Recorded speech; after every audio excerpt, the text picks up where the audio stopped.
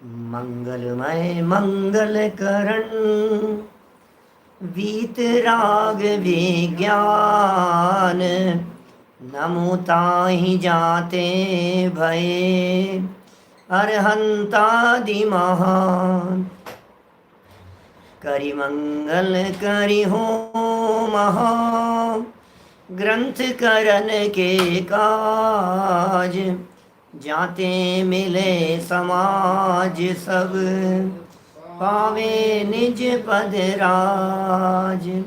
पावे निज पद राज।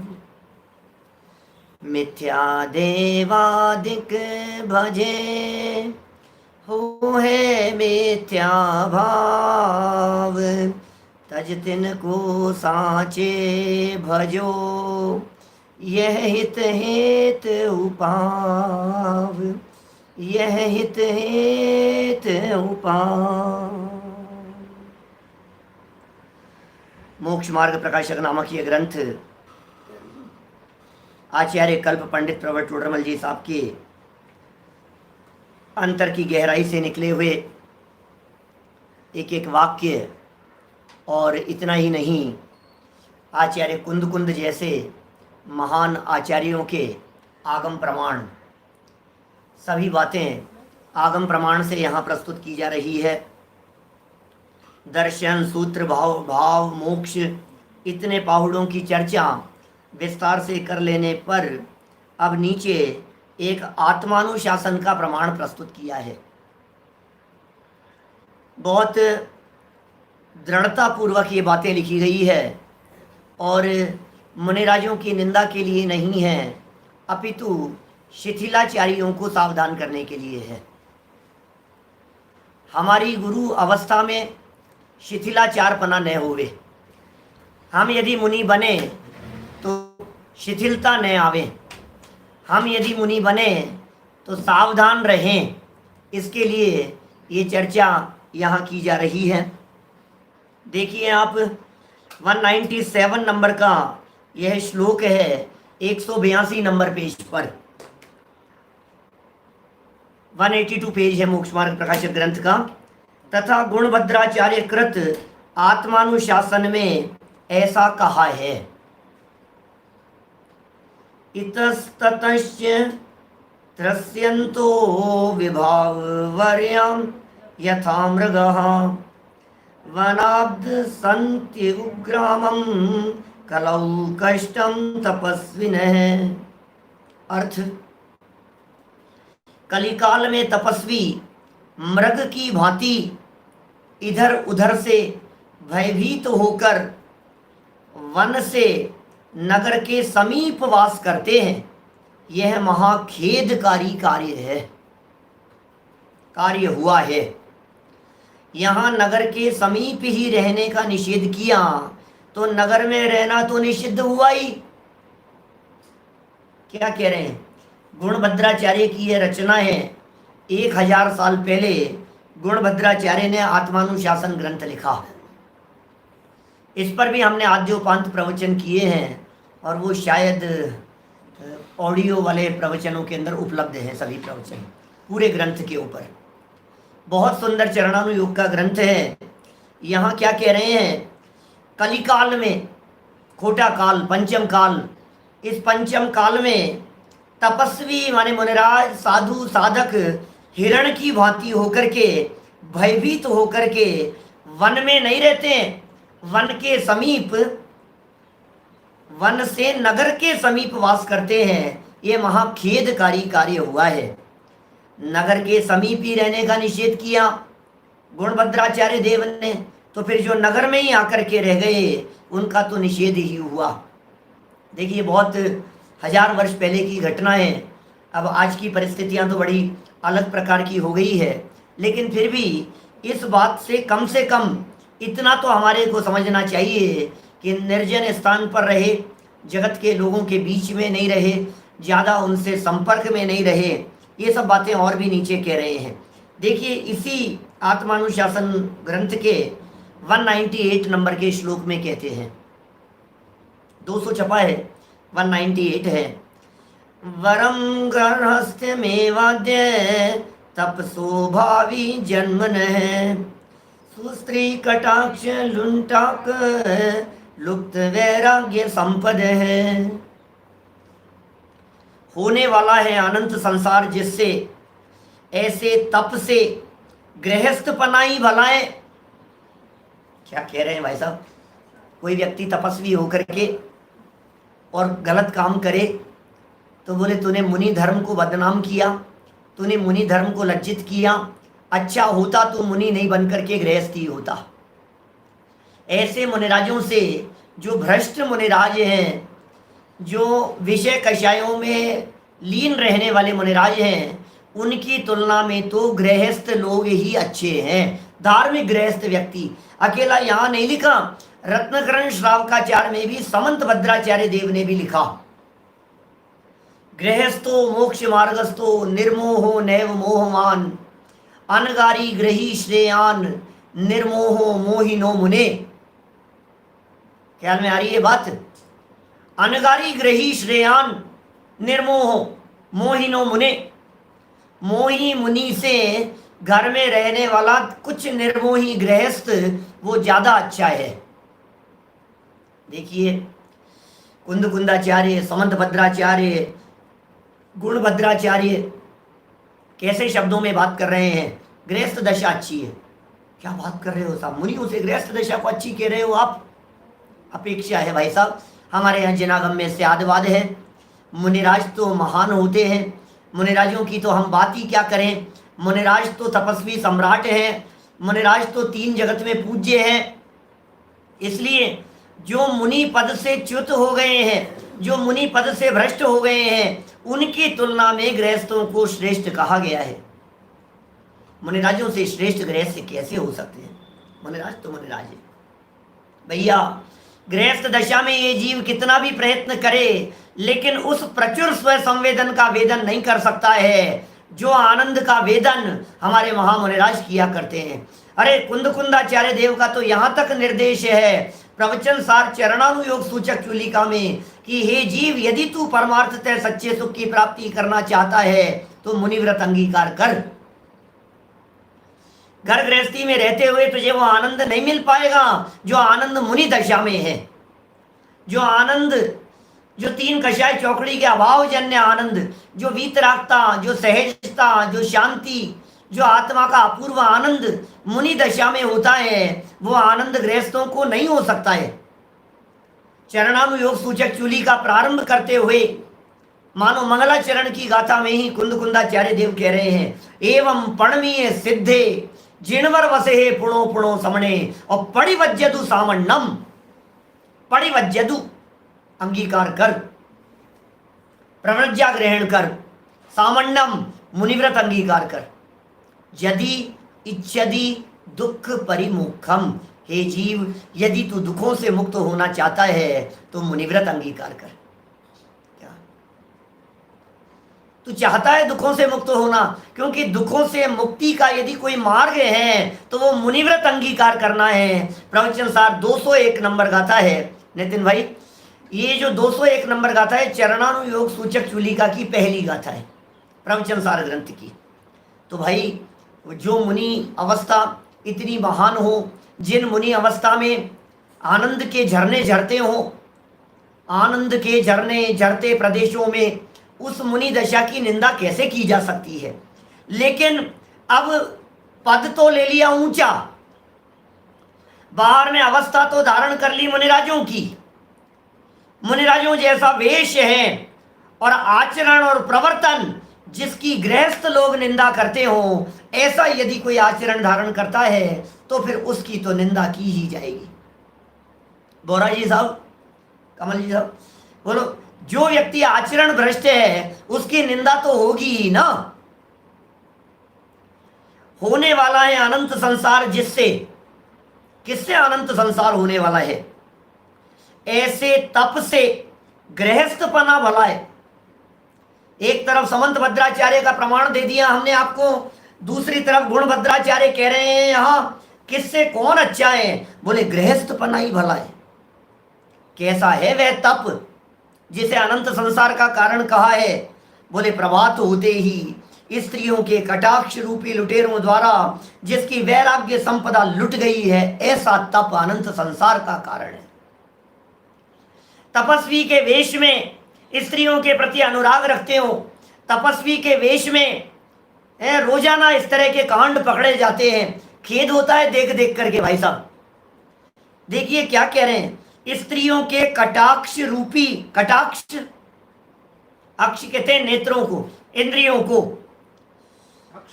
अक्ष कटाक्ष रूपी लुटेरों को लूट लेने वाले हैं वो, और जिससे वैराग्य संपदा लुट गई है। वैराग्य एक तरफ धरा रह गया और अटक गया उसके मोह में, उसके जंजाल में फंस गया, विषयों में फंस गया। ऐसे मुनि, ऐसे साधु अनंत संसार में परिभ्रमण करने वाले हैं, और ऐसे साधुओं से गृहस्थ पना अच्छा है, निर्मोही गृहस्थ अच्छा है। घर में रहने से कोई फर्क नहीं पड़ता है, घर में रहें लेकिन भावना मुनि बनने की हो, और घर में रहते हुए भी वैराग्य भावनाएं भावें, घर में रहते हुए भी वितराग स्वरूप वस्तु का चिंतन करें, वस्तु स्वरूप का चिंतन करें, वस्तु स्वरूप का विचार करें, वेद विज्ञान की भावना निरंतर चलती हो, गुणस्थान चौथा हो, गुणस्थान पांचवा हो, घर में रहते हुए भी क्या फर्क पड़ता है।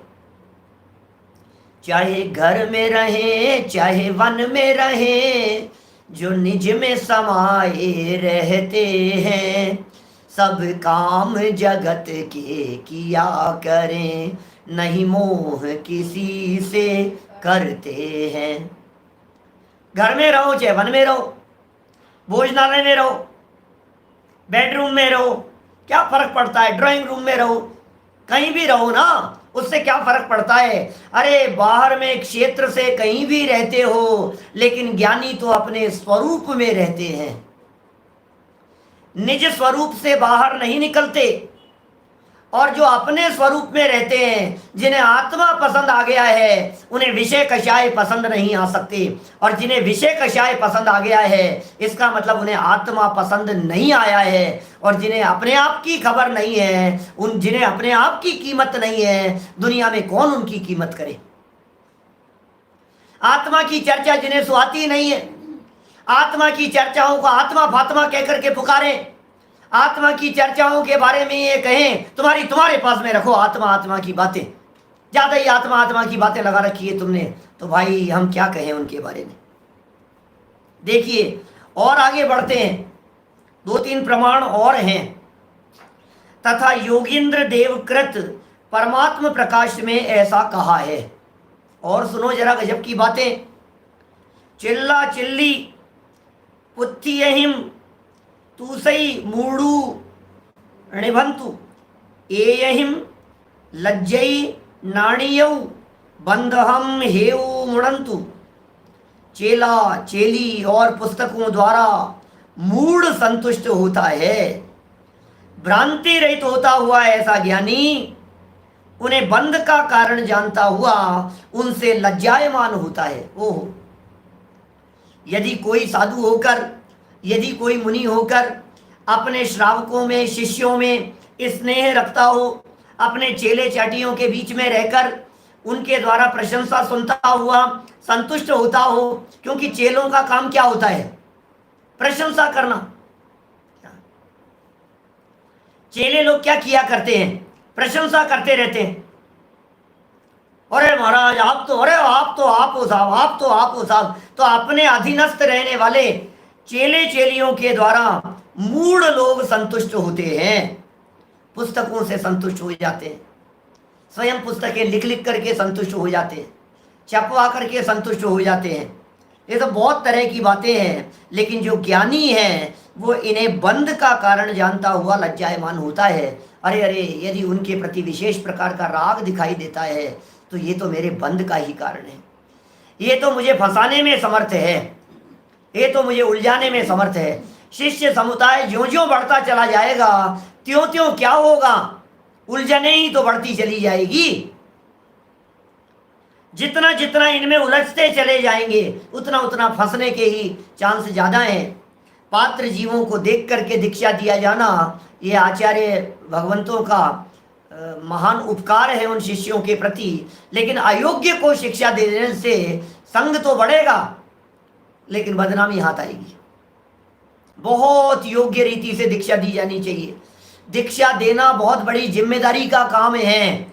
चाहे जिस व्यक्ति को चाहे जिस समय आते ही दीक्षा दे देना ये योग्य नहीं है। भली प्रकार से जांच पड़ताल की जानी चाहिए। दीक्षा लेने वाले को योग्य जानकर दीक्षा प्रदान की जानी चाहिए, ऐसा स्वरूप होता है। देखिए आगे बढ़ते हैं इसी ग्रंथ में और आगे कहते हैं, केणवि अप्पौ वंचियौ सिरु लुंचिवि चारेण शैलवी संगण परिहरिय जिणवर लिंग धरेण। क्या कह रहे हैं, किसी जीव द्वारा अपना आत्मा ठगा गया, वह कौन है? हेलो, क्या कह रहे हैं भाई? किसी जीव के द्वारा अपना आत्मा ठगा गया। आपने वेश धारण करके क्या किया है? दुनिया को ठगने का प्रयास तो किया ही, लेकिन स्वयं अपने आप को भी तो ठग रहे हो। ये जिनलिंग आपने जगत को रिझाने के लिए यदि धारण किया है तो आपके द्वारा किया गया ये कार्य खोटा कार्य है। अरे दुनिया को ठगने वाला दुनिया को तो बाद में ठगता है। अपनी विकारी वृत्ति के द्वारा स्वयं अपने आप से ठगा जाता है। अपनी मायाचारी वृत्ति के द्वारा स्वयं ठगा जाता है, अपने आप से ठगा जाता है। स्वयं धोखे में है, स्वयं गलतफहमी में है। ये सोच रहा है हमने दूसरे को बेवकूफ बना दिया। भाई साहब, आप दूसरे को बेवकूफ नहीं बना सकते हो। माया ठगनी ने ठगा सारा जग संसार और माया ने तुझको ठगा। क्यों बना तू नादान? इस माया ने तेरे को ठगा हुआ है। तू मायाचारी से स्वयं ठगा जा रहा है। क्रोध से, मायाचारी से, विषय कषाय से, विपरीत परिणामों से, खोटे परिणामों से, हीन आचरण करके उच्च दिखाने की प्रवृत्ति से स्वयं ही तो अपने आप को ठग रहे हैं। ये जो प्रदर्शन है ना, ये प्रदर्शन जिसे हम दिखावा कहते हैं, जिनके जीवन में मात्र प्रदर्शन है उनके जीवन में आत्मदर्शन नहीं है, और जिनके जीवन में आत्मदर्शन होता है उनके जीवन में प्रदर्शन नहीं होता है। इसलिए आत्मदर्शन करो, प्रदर्शन मत करो। इस प्रदर्शन में अटकने के स्थान बहुत मिलेंगे भाई, लेकिन अटकना नहीं कहीं भी। क्या बात कह रहे हैं? देखिए, किसी जीव द्वारा अपना आत्मा ठगा गया, वे कौन है? वो कौन है जिनके द्वारा अपना आत्मा ठगा गया? कि जिस जीव ने जिनवर का लिंग धारण किया, उसके द्वारा, जिनवर के द्वारा लिंग धारण किया और राख से सिर का लोंच किया, राख से सिर का लोंच किया। अभी ये कह रहे हैं ये तो जिन लिंग धारण करना, राख से लोंच करना, जो भी है परिस्थिति, अब ये कह रहे हैं परंतु समस्त परिग्रह नहीं छोड़ा, उनकी बात कर रहे हैं। कि कौन ठगाए जा रहे हैं और कौन ठग रहे हैं? जिन्होंने परिग्रह का त्याग नहीं किया है वे ठग रहे हैं और ठगाए जा रहे हैं। ये जो राख आदि वस्तुएं होती है ना, ये इन वस्तुओं की तो कई इस तरह की चर्चाएं शास्त्रों में, मतलब उनमें इतना कोई दोष की चर्चा नहीं है।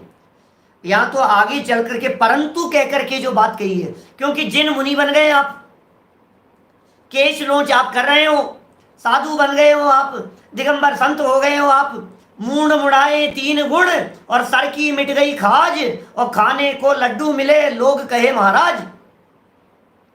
ये प्रसिद्ध कथन नहीं है।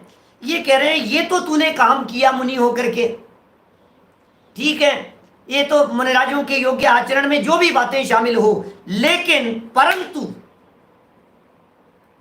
जिनवर का लिंग धारण कर, जिन लिंग है ये मुनि लिंग, जिनवर का लिंग धारण कर राख से केश लोच किया, परंतु ये सब करते हुए समस्त परिग्रह नहीं छोड़ा। ओ, परिग्रह नहीं छोड़ा भैया, परिग्रह का त्याग नहीं किया तूने, तो क्या छोड़ा?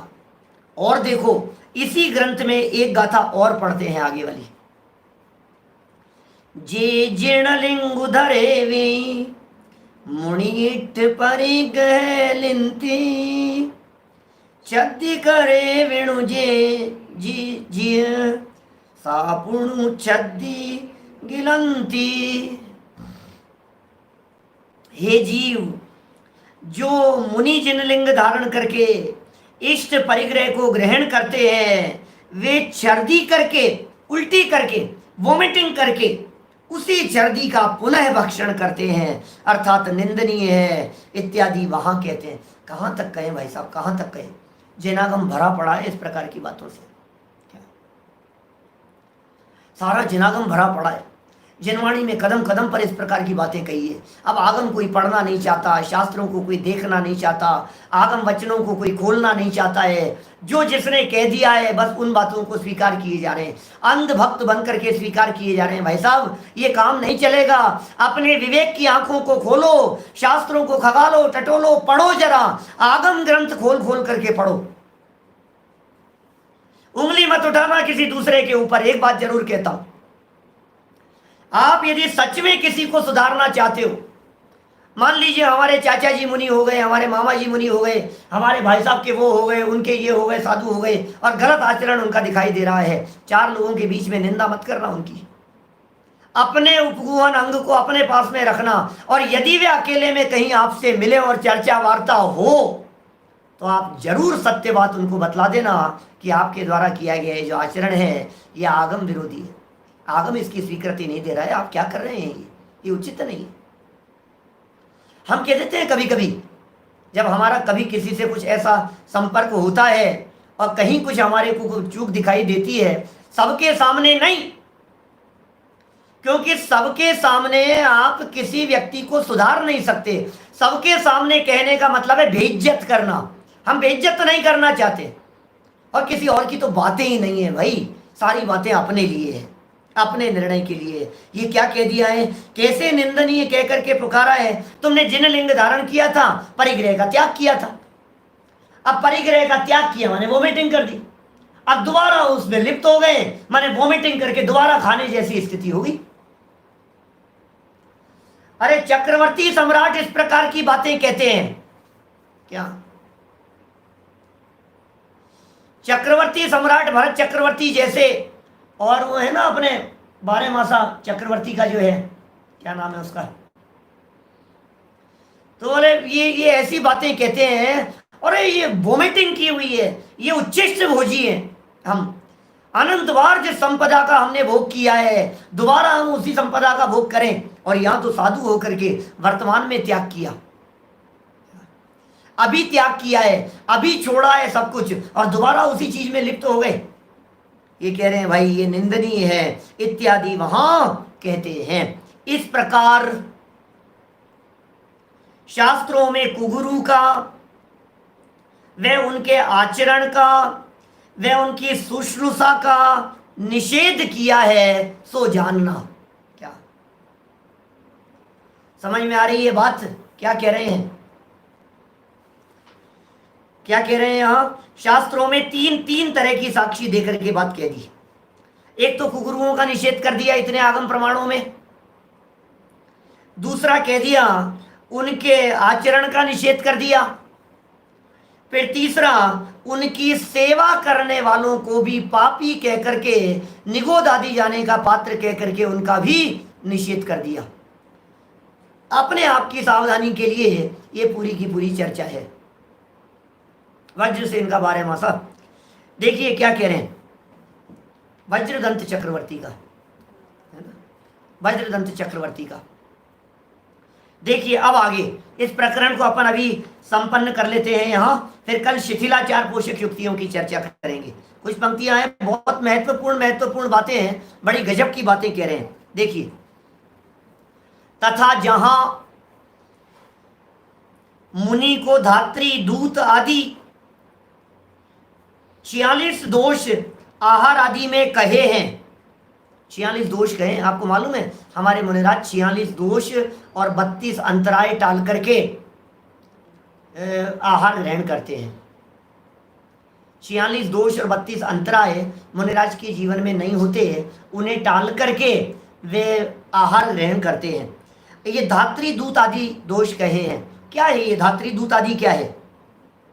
तो देखिए नीचे कहा, वहां गृहस्थों के बालकों को प्रसन्न करना, ये है धात्री, और समाचार कहना, ये है दूत। धात्री दूत समझ गए आप? गृहस्थ है। अब आप देखेंगे ना तो आपको ऐसी दशाएं दिखाई देगी, महाराज घर गृहस्थी की बातें कर रहे हैं, घर गृहस्थी के लोगों के साथ में मिले जुले हैं, घर घर में जाकर के बच्चों को खिला रहे हैं, गोदी में खिला रहे हैं, किसी का कुछ कर रहे हैं, उनसे खिलखिलाहट और ये सब जो उनको प्रसन्न कर रहे हैं। तो ये जो नाटक है इन सब का यहाँ निषेध कर रहे हैं। भैया गृहस्थों के बच्चों को प्रसन्न कर रहे हो, आप क्या काम कर रहे हो? गृहस्थों से संपर्क ही नहीं होना चाहिए, जितना गृहस्थों से दूरी बना करके रखें उतना अच्छा है। सुनो, गृहस्थ का घर तो काजल की कोठरी के समान है। गृहस्थों का घर रहने योग्य स्थान नहीं है। गृहस्थों का घर तो पाप का स्थान है। गृहस्थों के घर में तो पाप किए जाते हैं, पांचों प्रकार के पाप भोगे जाते हैं, किए जाते हैं। घर में रहते हुए गृहस्थ लोग क्या करते हैं? इसलिए हमारे मुनिराज गृहस्थों के आहार चर्या के लिए आते हैं, तो आहार चर्या के लिए आते समय खड़े खड़े आकर के भोजन ग्रहण करते हैं। गृहस्थों के घर में, अरे साहब महाराज अब एक टाइम तो भोजन करते हो, अब हमारे घर में आए हो, आहार चर्या के लिए आए हो, कम से कम शांति से बैठ करके आहार तो ग्रहण कर। नहीं, बैठने का स्थान नहीं है। कहां बैठेंगे हम तुम्हारे यहां? अयोग्य है ये जगह। गृहस्थों के बालकों को प्रसन्न करना, समाचार कहना, इधर उधर की बातें करना, वहां क्या चल रहा है, यहां क्या चल रहा है, दुनियादारी में क्या क्या हो रहा है, मंत्र औषधि ज्योतिष आदि कार्य बतलाना। मंत्र बतलाते हैं, ज्योतिष आदि कार्य बतलाते हैं इधर मतलब लोगों को अट्रैक्ट करने के लिए दुनियादारी के कार्य करते हैं, जो गृहस्थों के द्वारा किए जाने वाले कार्य हैं। दवाई बतला रहे हैं, ऐसा करना तो इस तरह से दवाई लेना, ऐसा करना तो इसका ऐसा करना, ज्योतिष आदि कार्य बतला रहे। भाई इनके द्वारा मंत्र ज्योतिष आदि कार्य बतला करके किया कराया अनुमोदित भोजन लेना, ये सब आहार आदि के दोषों की चर्चा कर रहे हैं। शास्त्रों में मिल जाएंगे आपको 46 दोष आदि, लेकिन बहुत है, सूक्ष्म रीति से है वो सारी चर्चाएं। माने उस गहराई में हम नहीं जाएं तो अच्छा है ना। माने कितनी बातें हो गई, किया कराया और अनुमोदित भोजन लेना इत्यादि क्रियाओं का निषेध किया है हमारे यहाँ शास्त्रों में, खूब निषेध किया है। परंतु अब काल दोष से इन्हीं दोषों को लगाकर आहार आदि ग्रहण करते हैं, इसी प्रकार के दोष लगाते हैं, आहार आदि ग्रहण कर रहे हैं। श्रावकों से कह रहे हैं अरे ऐसा ऐसा तक दुनिया में हो रहा है, जहां गलती हो रही है उनका निषेध किया जा रहा है, जो गलत नहीं कर रहे हैं उनकी चर्चा नहीं है। श्रावकों से महाराज कल चौका हमारे यहाँ है, क्या खाओगे बताओ, डोसे बना लो आपके लिए। अब बोलो क्या करें? ये क्या हाल हो रहा है? गृहस्थों से ज्यादा संपर्क करेंगे तो गृहस्थों के पास में कोई तत्व ज्ञान की चर्चाएं नहीं होगी। मुनिराज गृहस्थों के संपर्क में कम से कम इसलिए आना चाहते हैं क्योंकि गृहस्थ बातें क्या करेगा, बोलो मतलब दुनिया भर की बातें करेंगे। गृहस्थ तो इधर उधर की बातों में उलझा हुआ है ही, अपने व्यापार की बात करेगा, अपने बिजनेस की बात करेगा, अपने स्वार्थ की बात करेगा, अपने परिवार की बात करेगा। बोलो दुनिया ऐसी बातें नहीं करेगा क्या गृहस्थ? गृहस्थों को क्या चाहिए? महाराज कुछ ऐसा उपाय बतला दो हमारा बिजनेस बढ़ जाए, महाराज कुछ ऐसा कर दो, महाराज कुछ इस प्रकार का बतला दो। तो भाई ये जो दुनिया भर की तू बातें कर रहा है, ये तू तो उलझा हुआ है ही, महाराज को भी उलझाने की बातें कर रहा है। क्यों उलझा रहा है मुनिराज को, क्यों फंसा रहा है मुनिराज को? और ज्यादा ही क्लोज हो जाए तो हमने तो ऐसा भी लोगों को, गृहस्थों की दृष्टता की बात करता हूं, ऐसा कहते हुए सुना है, एक दो नहीं कई लोगों को ऐसा कहते हुए सुना है, वो महाराज तो हमारे दोस्त हैं। अरे उनसे तो हमारी बहुत अच्छी दोस्ती है, उन महाराज से तो आपने बहुत खास है, बिल्कुल कहो जो उनसे तो अपन बिल्कुल ऐसा अपना तो याराना है। शर्म नहीं आती तुझे?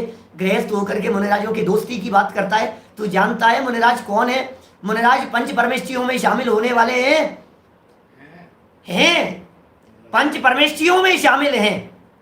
9 बार नमोकार मंत्र बोलते हैं, 1 बार नमोकार मंत्र बोलते हैं, पंच परमेष्ठियों में आते हैं वे, अनंत और सिद्धों की लाइन में आते हैं वे मुनिराज। बोलो, माने मेरा कहने का मतलब ये है, न गृहस्थों को अकल है, बिल्कुल अकल नहीं है गृहस्थों को। अब कहाँ कहाँ तो इस तरह तक की बातें कर देते हैं। महाराज आप तो सब जगह पर घूमते हो, जगह जगह विहार करते हो, हमारी लड़की के लिए कोई अच्छा लड़का बता दो ना, आपकी निगाह में तो कई आते हैं। अब यही काम रह गया है। बोलो कहाँ तक कहें भाई साहब। देखो आगे, काल दोष से ये सब दोष लगा करके आहार आदि ग्रहण करते हैं।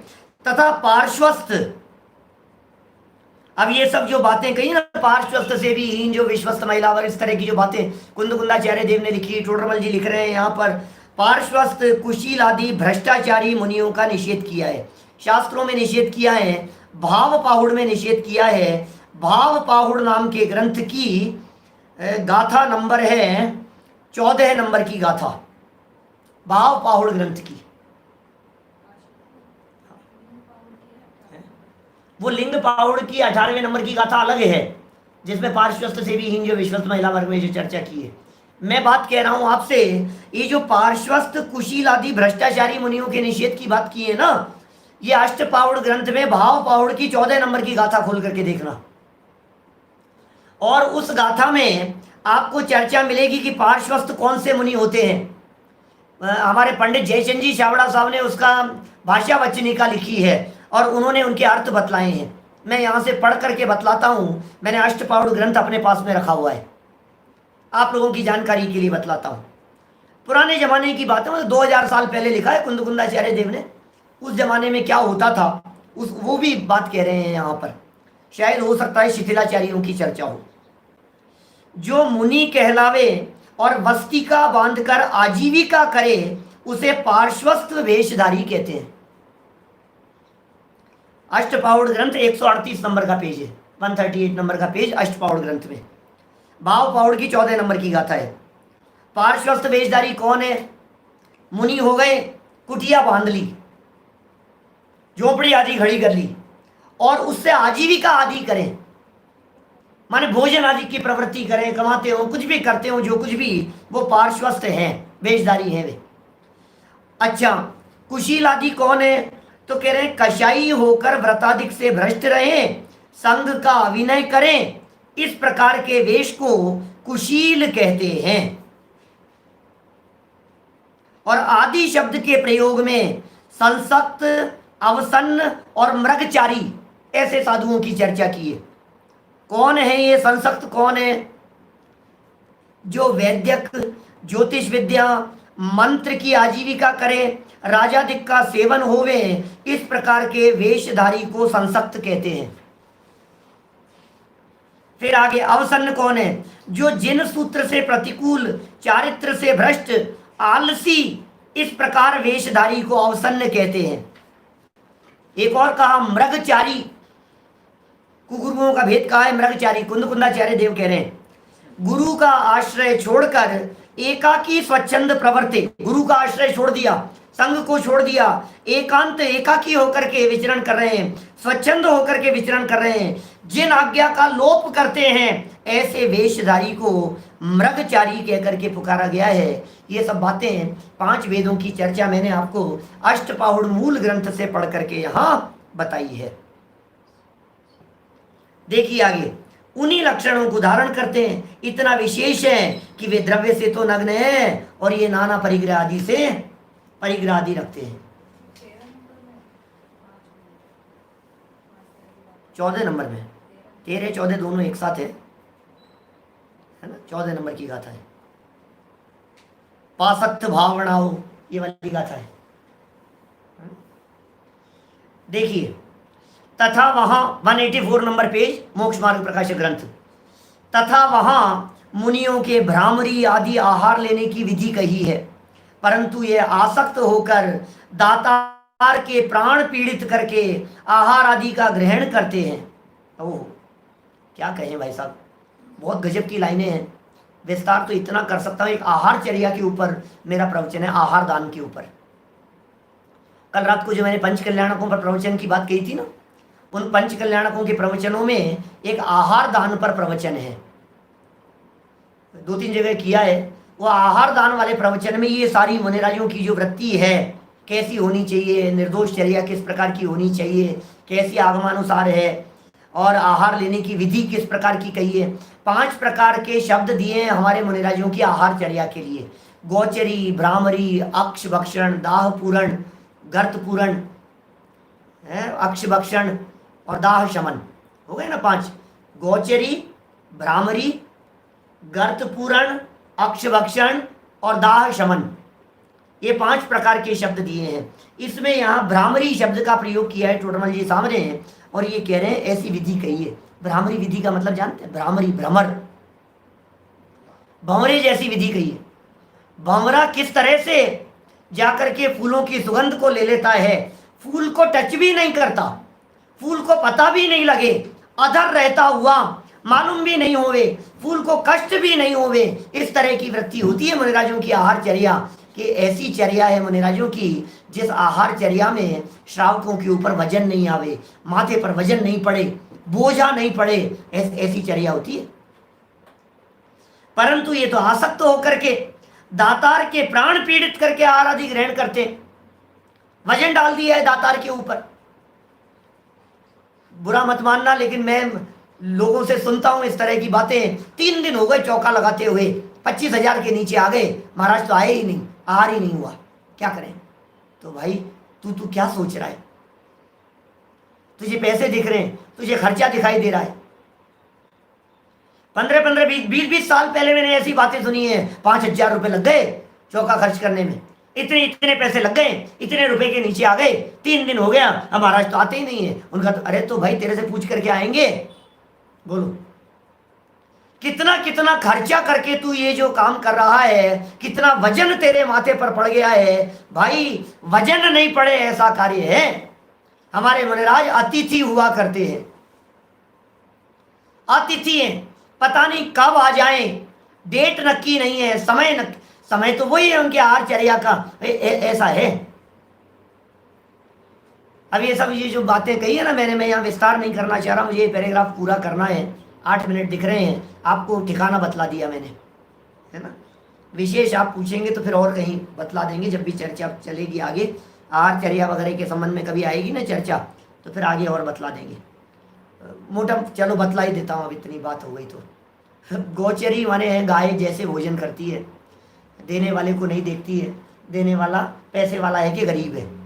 ऐसे ही मुनिराज आहार चर्या में ये नहीं देखते हैं कि देने वाला संपन्न है कि गरीब है। ये तो हो गई गोचरी। भ्रामरी हो गई भ्रमर के समान। दाह शमन हो गई, ये जो जठराग्नि है ना, इसकी अग्नि को शांत करने के लिए दाह शमन। रक्ष भक्षण कहते हैं, ये कहते हैं जैसे गाड़ी चलती है ना, गाड़ी तो गाड़ी को ग्रीस की जरूरत होती है, ऑयलिंग की जरूरत होती है। ऐसे ही शरीर रूपी गाड़ी को चलाने के लिए जब नहीं चल पा रही हो तो ये भोजन रूपी ग्रीस की ऑयलिंग की जरूरत होती है, ध्यान और साधना की वृद्धि के लिए। इसी तरह से एक कहाँ है, गर्त पूरण, क्या ध्यान साधना की, ले तप बढ़ावन हेतु नहीं तन पोषते तजी रसन को। और एक कहा है गर्त पूरण, माने जिस तरह से रोड पर भी सड़क पर कोई गड्ढा हो गया हो और कोई दुर्घटनाएं होती हो तो तुरंत क्या उपचार करते हैं, फटाफट किसी भी चीज से भर दो, कुछ भी डाल दो उसके अंदर, भरना है उसे। इसी तरह से इस पेट रूपी गड्ढे को भरने के लिए उन्होंने उनकी इस प्रकार की वृत्तियां शास्त्रों में कही गई है। देखिए क्या कह रहे हैं आगे, तथा जो गृहस्थ धर्म में भी उचित नहीं है वह अन्याय लोक निंदे पाप रूप कार्य करते प्रत्यक्ष देखे जाते हैं, हम उनकी क्या बात करें, है ना। बहुत सावधानी रखने योग्य ये सब प्रकरण है और स्वयं की सावधानी ही होनी चाहिए। चलिए और आगे, तथा जिन बिंब शास्त्राधिक सर्वोत्कृष्ट पूज्य उनकी तो अभिनय करते हैं। अब जिन बिंब की अभिनय कर रहे हैं, शास्त्रों की अभिनय कर रहे हैं, देवगुरु धर्म की अभिनय उनके माध्यम से हो रही है, संघ आदिक की। ये तो पता है आपको, ये तत्वार सूत्र का 6ठे अध्याय का 13वां सूत्र है।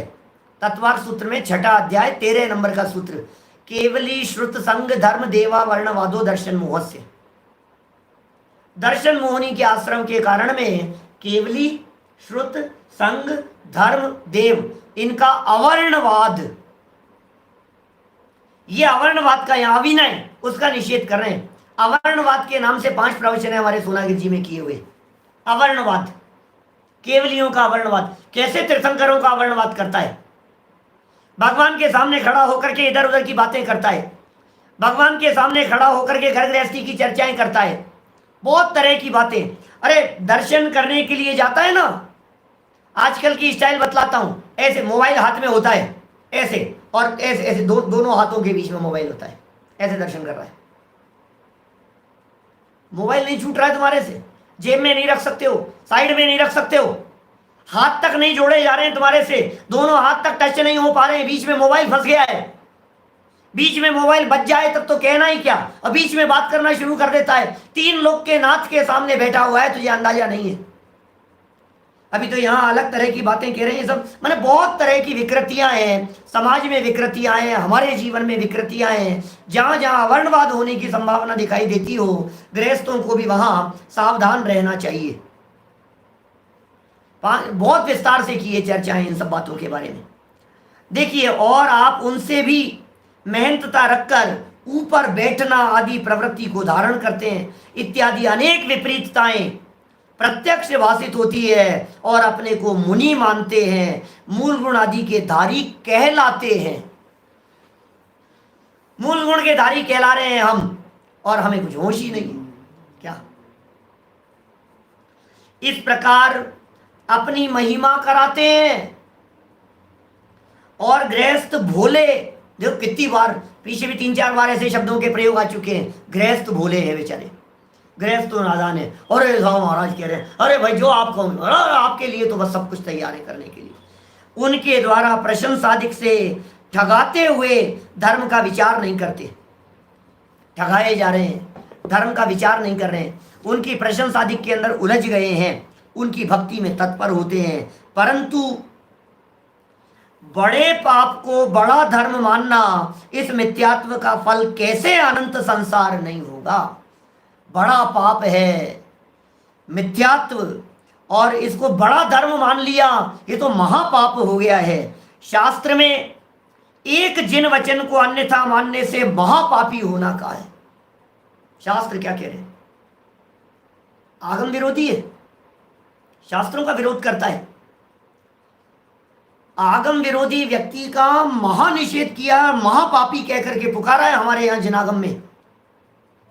यहां तो जिन वचन की कुछ बात ही नहीं रखी, तो इसके समान और पाप कौन होगा, बोलो। ठग रहे हैं, ठगाए जा रहे हैं। भैया तकलीफ इसलिए होती है कि हम ठगाए जा रहे हैं, हमारे परिवार वाले ठगाए जा रहे हैं, हमारे सगे संबंधी ठगाए जा रहे हैं, वो ठग रहे हैं और हम ठगाए जा रहे हैं। हमें उनसे मतलब नहीं, लेकिन हम ठगाए न जाएं, इतनी सावधानी तो हमारे द्वारा होनी ही चाहिए। हमारा नुकसान हो रहा है ना, बहुत बातें कह दी है। टोडरमल जी का ये जो पूरा प्रकरण था, इस पूरे प्रकरण में सिर्फ आगम प्रमाण, आगम प्रमाण, आगम प्रमाण, आगम प्रमाण प्रस्तुत किए। 4 लाइनें भी टोडरमल जी ने अपने शब्दों में नहीं कही कुछ भी बातें, क्योंकि जानते थे टोडरमल जी साहब, मैं क्या कहूं किसके बारे में और क्यों कहूं। मैं तो इनकी बात जो है उसे तुम्हारे सामने रख रहा हूं, लेकिन अब जो प्रकरण आपके सामने चलने वाला है, ये टोडरमल जी का स्वयं का चिंतन है। क्योंकि प्रश्न तो उठते हैं बहुत सारे आपके दिलो दिमाग में भी। जब इतने आगम आपके सामने रख दिए, इतने शास्त्रों को आपके सामने रख दिया, तो फिर आपके चित्त में प्रश्न तो उठेंगे ना।